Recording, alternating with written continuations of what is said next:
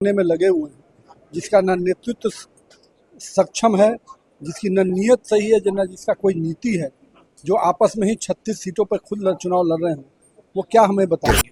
और जहाँ तक हमारी बातें हैं, हम स्पष्ट हैं, जो इस देश का नागरिक है उसको पूरा सम्मान है।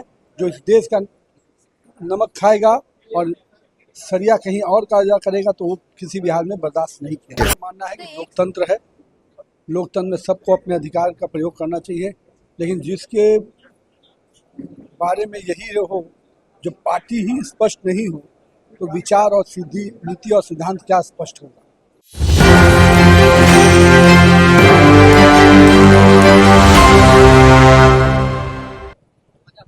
देखिए, जिस तरीके से बिहार विधानसभा चुनाव नजदीक आ चुके हैं और बांकीपुर को लेकर एक टफ फाइट जो है वो सामने आ रहा है। एक तरफ जहां जन सुराज से वंदना जी मैदान में उतरी है, वहीं दूसरी ओर से भाजपा के दिग्गज नेता नितिन नवीन और बिहार सरकार के मंत्री भी है मौजूदा उतरे हुए हैं फिर एक बार बांकीपुर विधानसभा से प्रत्याशी के रूप में। अगर देखें महागठबंधन की ओर, तो महागठबंधन में आखिर समय तक कुछ भी क्लियर नहीं हो पाया।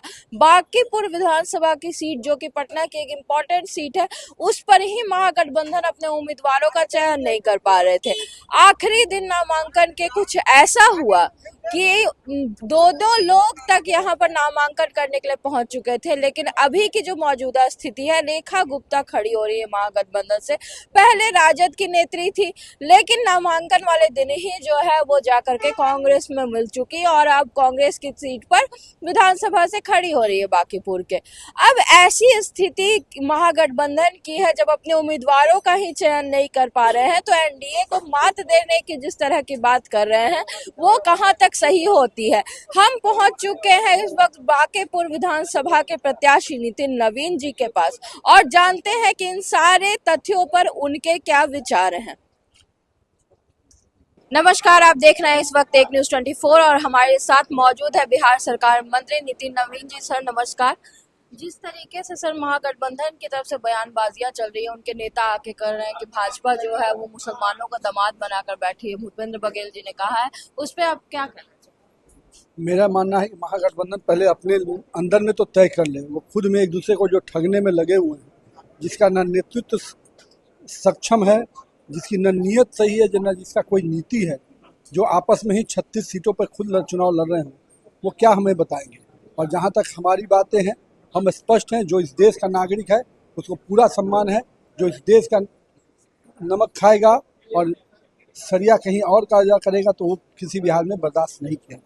तो एक सवाल और है, आप बांकीपुर विधानसभा से चुनाव लड़ रहे हैं, आपके ही खिलाफ जो है पर्चा भरा गया है रेखा गुप्ता के द्वारा, कभी राजद में रहती है, कभी कांग्रेस में रहती है, क्या लगता है जनता को? देखिए, मेरा मानना है कि लोकतंत्र है, लोकतंत्र में सबको अपने अधिकार का प्रयोग करना चाहिए, लेकिन जिसके बारे में यही हो, जो पार्टी ही स्पष्ट नहीं हो, तो विचार और सीधी नीति और सिद्धांत क्या स्पष्ट होगा।